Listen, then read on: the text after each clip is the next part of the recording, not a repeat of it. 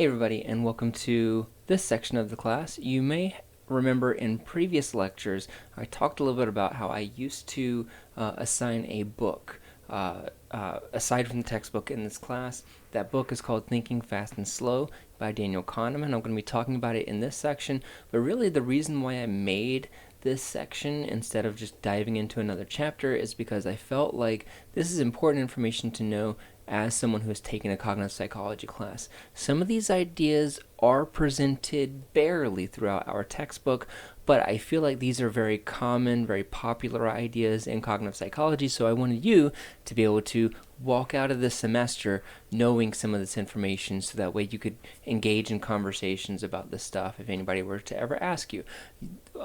You might be expected to know these kinds of things. And then that way, obviously, if you are interested in this, I highly recommend the book that this stuff is based on. So this section is going to have two videos. The first video, we're going to be covering this book, Thinking Fast and Slow. In the second video, we're going to be talking about some of the research and findings of Daniel Kahneman. All right, so this book is a pop psychology book. It's written by one of the most famous, influential cognitive psychologists of the last 30, 40 years, which I guess is kind of all of cognitive psychology's history, right?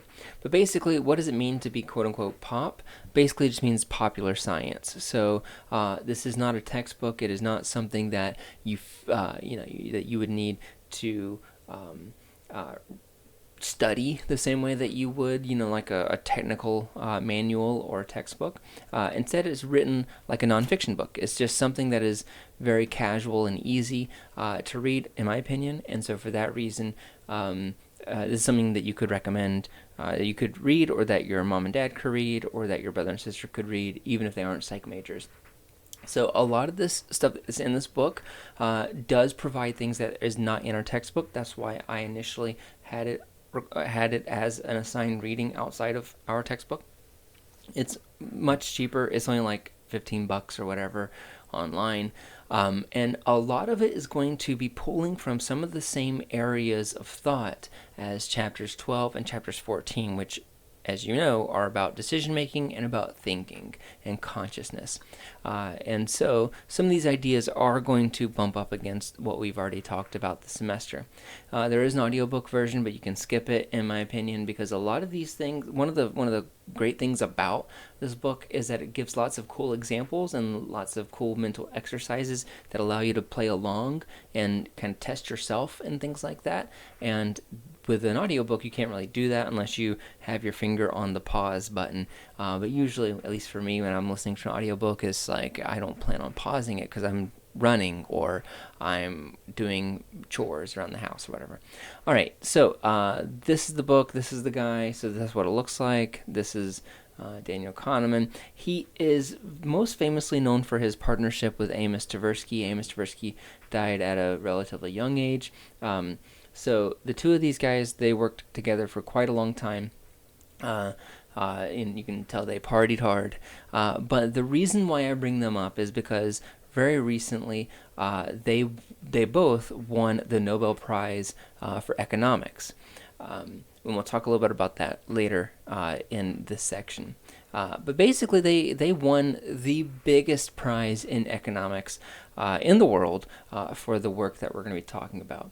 And so this is kind of a cool example of how the psychologists stole, this glory from economists. Basically by saying that a lot of economics is bunk and is subject to human failure and things like that. Cool ideas we'll talk about later on. All right, so very influential guys. So some of these things we've talked about. We've talked about the two systems. We'll give a very quick overview of that again. But this book is built out into 5 sections. Here are those 5 sections. I'm going to give you basically one slide each on each of these sections to give you an idea of what's in this book and to expose you to some of these ideas. So the first here is going to be about the dual process theory, and we've talked about this in a previous lecture where we talked about how thinking and thought can basically be thought of as having 2 separate systems, a fast one and a slow one that works off the gut, one that requires slow, deliberate processing. This is not a new idea, though. William James, who is, he wrote the very first American psychology textbook ever. He, in that book, talked about how for our consciousness, there's really kind of two processes that are going on. We have association and we have reasoning. And that, and this is really cool to think about because this is all before classical conditioning that William James talks about that. William James is an awesome, interesting writer. He's a really boring writer, but a great thinker, very interesting person. But he came up, basically thought that consciousness had these two separate sides, where one is kind of associations that you make, these kind of reflexive things that you react to, and then you have reasoning, which is the more kind of logical side where you take a step back and you think about things. So that sounds a lot like dual process theory as we've talked about it so far. Later on in the 80s, you have Petty and I can never pronounce this dude's name, Cacioppo, and basically their idea about dual process was that the two sides of our consciousness rely on heuristics and rely on analytics. And for them, heuristics just simply meant any kind of shortcut or rule that governs our behavior. And so this is very much kind of a social psychology viewpoint, where basically what they're saying is that who we are as people, what we do, is governed by lots and lots of heuristics, these mental shortcuts that we take, and then analytics of us really sitting down and thinking about what we're doing. And then finally, Kahneman has his own kind of brand, which is System 1 and System 2, which is essentially just intuition versus reasoning. So these are not new ideas. These are ideas that have been kind of bubbling up throughout all of psychology. And just to reiterate what these systems are, System 1 is the very fast, intuitive system of our thought. These are going to handle a lot of the automatic processes that we have. Because it is automatic, there's lots of tie-ins with emotions. So whenever you are influenced by emotions, those are typically not things that you struggle to think about and try to understand why you're feeling a certain way, right? It's just that you are happy and you're happy. And because you're happy, that can change the way that you respond to certain things. Or if you're sad, same deal. So it's not really a conscious process that you're always aware of. You can be aware of it, but for the most part, it just automatically happens. System 2, on the other hand, is going to be reason-based, and Kahneman refers to it a lot of times as the lazy system. And I think that's kind of funny because basically what he's saying is that if we can, we're going to let System 1 do all the work. We're just going to go with our intuition as much as possible if we can. But there are going to be times where we need to take a step back and to think about what's going on and to really put some resources into trying to understand, trying to use logic, trying to imagine and things like that. And that is where System 2 comes in. It is not automatic. It doesn't automatically kick in. It is something you have to very voluntarily and effortfully, directly kind of access. And so, according to Kahneman, you have to kind of like quote unquote wake this system up, because otherwise it'll let System 1 do all the work. But because it does require slow, effortful processing, it can make us very tired. We can get exhausted from using it. Some of these ideas, though, are going to pop back up in chapter 14, so I'm not going to spend too much time talking about these, but you're going to see how cognitive ease and unconscious priming, sometimes we hear these called fluency, are going to impact how we behave and what we do. Some things are really easy to learn, and when they are easy to learn, we tend to trust those ideas more. We tend to find them more accurate. And then in other cases, there are examples of priming, which are very interesting. Priming, and something we talked about in the memory chapter, just to remind you about that, is how something that is presented to you can change the way that you respond to future stimuli. One example, the reason why I said be skeptical of this research, because it's very strange, is because there's studies, for example, that show that holding a warm cup of coffee can get you to look at someone near you as being more favorable and warm a personality than if you were holding an iced coffee. Which worries me a lot, because when I go into the classroom, I notice that most students are drinking iced coffee, which means that whenever they look at me, they're going to associate me with that iciness, thinking that I'm not a warm and compassionate and an empathetic person, like I hope that I am, but that I am instead a very cold and uncaring and probably too bitter person. All right, anyways, that's part one. Part two is all about heuristics and biases. Now, this is the part that I think our textbook does do a pretty good job of covering. So if you were to read Thinking Fast and Slow, some of that would be review for you. So this section about heuristics and biases kind of goes back to what we talked about in chapter 12, which is all about how we have these different kinds of rules and shortcuts that we do that help us make decisions. And so according to Kahneman, essentially a lot of that is system one. System one just kind of jumping to conclusions because it's doing its own thing, is making these decisions for us. And sometimes, a lot of times, that is good. But other times, we've seen examples where when we take a step back and critically think about things, then we have a different answer than if we were going with our gut. And in that case, if we employ system 2 to think critically, we might behave a little bit differently. And we will talk more about that stuff in chapter 14.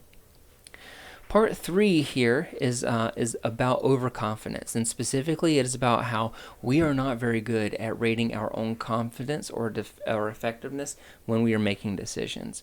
The thing that's fascinating about this is to look at how people stack up against experts in these fields, and what we find is that even experts tend to make overconfident decisions. And this is why, all the time you'll see where people will try to predict the stock market or try to predict technological advances, and it seems like they're always way ahead of schedule, or like that the schedule never quite meets what they predict for us. So one really interesting example that I find is in how students estimate their own grades.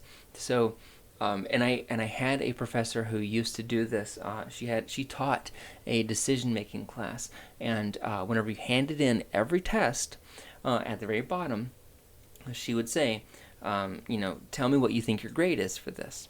If your grade is in the top, fourth percentile, that's not a good way to phrase it. If your grade is close to the grade that you have estimated, you'll get some extra points on the exam. If it is far away from what you've estimated, then you won't get those extra points. And the whole purpose of that was just to basically try to get people to think critically and without bias about their own performance, to see whether or not people could actually guess or predict their own score based on the test that they just took. And what she found was really interesting, which is that essentially that people who were really good in that class routinely estimated lower than they actually got. People who typically did not do well in the class would overestimate how well they did. So basically, if you were really good in that class, you would walk out of that exam thinking you didn't do as well as you would, and people who are not good at that class would go in and they wouldn't do well, and would think that they did. And this has some pretty interesting implications, because essentially what happens is that means that the reason why those students are good is because they don't think that they're doing well enough, and so maybe they overstudy more than they think that they should, and that prepares them more for the exam. And vice versa, for people that don't do well, it may be because they're overconfident that they are prepared and are walking into it not having studied enough. There is also a lot of really cool conversations about intuition and formula in this chapter, and essentially the argument is made that in most cases experts would do best if they kind of followed algorithms and spreadsheets and data instead of going with their gut, instead of trusting their own judgments. The reason why for that is essentially because of System 1 and System 2, that if you follow System 1 and you're going with your gut like that, you're still going to be influenced by all the usual biases, all the usual heuristics that you would in normal decision making. And so this has really interesting implications, especially for those of you that are interested in counseling and clinical psychology, because what is seen time and time again is that if you give a therapist free rein to kind of come to their own diagnosis, they're typically not going to be right compared to if you were to give them just a checklist of questions you need to ask, which is why we have the DSM, if you're familiar with that book, the book that's all about diagnosing psychological phenomena. Part 4 is all about choices. We're going to talk more about this in chapter 14, but the idea here is that the choices that we make are not often rational, that a lot of times we make decisions that are more emotion-based, perhaps, than what we normally think, that we would like to hope. And this is a huge problem for economics, because in economics we assume that humans are all rational and are all making logical decisions, but we're going to look at several examples of how humans deviate from that, some of which we've already talked about in chapter 12. Tversky and Kahneman call that outlook prospect theory, and we're going to be talking about that in the next video. So that is the underlying mechanism of kind of the theory and the theoretical approach that got them the Nobel Prize in economics. The final part of the book is about applying the dual process theory to our sense of self and who we are, our identity. And basically Kahneman breaks this down into the experiencing self and the remembering self. The experiencing self, which is essentially system 1 but applied to our identity, is what we experience moment to moment. So it is essentially who we are in the here and now. And that is going to be influenced by our subjective feelings and our perceptions, our emotions, and things like that. The other side of that is basically going to be system 2 applied to our identity, which is what he calls the remembering self. And this is kind of supposed to be a more rational, logical look back, unbiased look back at who we are, which, as you can see, that one of these, the experiencing self, is happening right now in the present, and the remembering self is looking back and seeing how we possibly felt or who we were. So we know that our memory can be greatly affected by the environment as well. We talked about that with the Loftus and Palmer article about how language affects how we feel. Kahneman's evidence for this is all about kind of like if you were to be asked today, right now, how happy are you on a scale of 1 to 10, you would probably give yourself like, I don't know, a 5 or something like that.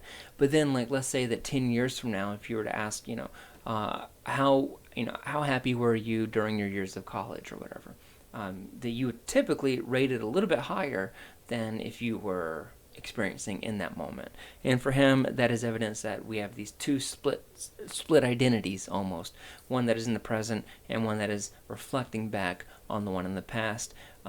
Honestly, I'm not crazy about this idea. I feel like this kind of reaching beyond the data that are available, but nonetheless, I think it's an interesting approach and something that I thought you would be interested in knowing too.